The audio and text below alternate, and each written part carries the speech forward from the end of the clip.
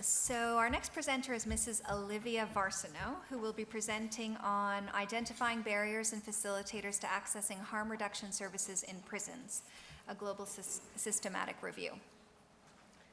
Thank you so much, Nadine. My name is Olivia Varsaneaux, and I will be here talking about barriers and facilitators to accessing harm reduction services in prisons. UNODC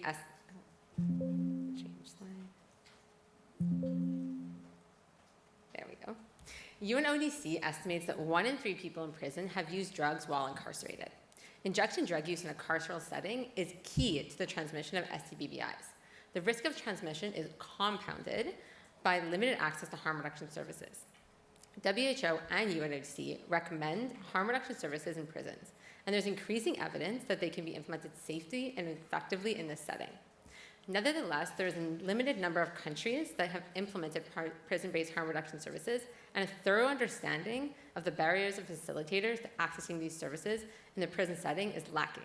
This review aims to fill that gap. The study sought to determine the multi-level barriers and facilitators to impact access to harm reduction services in prisons for the prevention of sexually transmitted and bloodborne infections to support service implementation and accessibility globally. This narrative review focused on studies involving people in prisons, prison staff, and formerly incarcerated individuals describing their experiences with condoms, pre-exposure prophylaxis, post-exposure prophylaxis, opioid antagonist therapies, needle syringe programs, and hepatitis B vaccinations in prison.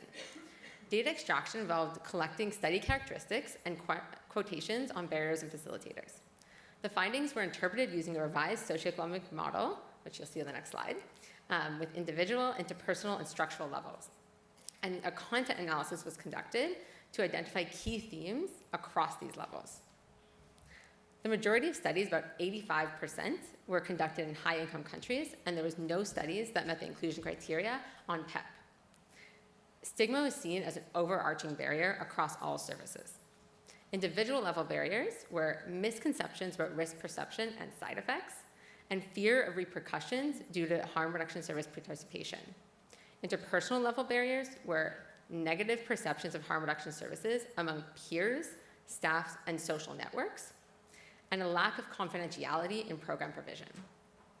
Structural level barriers were limited resource allocation and rigid administrative policies.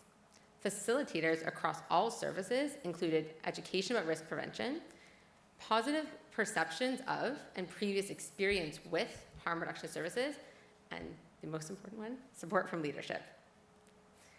To achieve hepatitis C and HIV elimination by 2030, it will be essential to transform perceptions of harm reduction services from being viewed as promoting drug use to being recognized as evidence-based harm reduction strategies in prisons. Our findings highlighted the following strategies to facilitate this transition: ensuring buy-in and support from leadership at multiple levels, engaging the prison community in program development and implementation, undertaking context-specific education campaigns, and adopting a holistic, flexible approach to service provision. It's our hope that these strategies may support better acceptability and uptake of harm reduction services in the future. Thank you very much. I also want to say a thank you to my wonderful supports who are in this room today, Dr. Nadine Cromfley and Jack Stone, for this work. And there's a QR code with my email address if you have any other questions.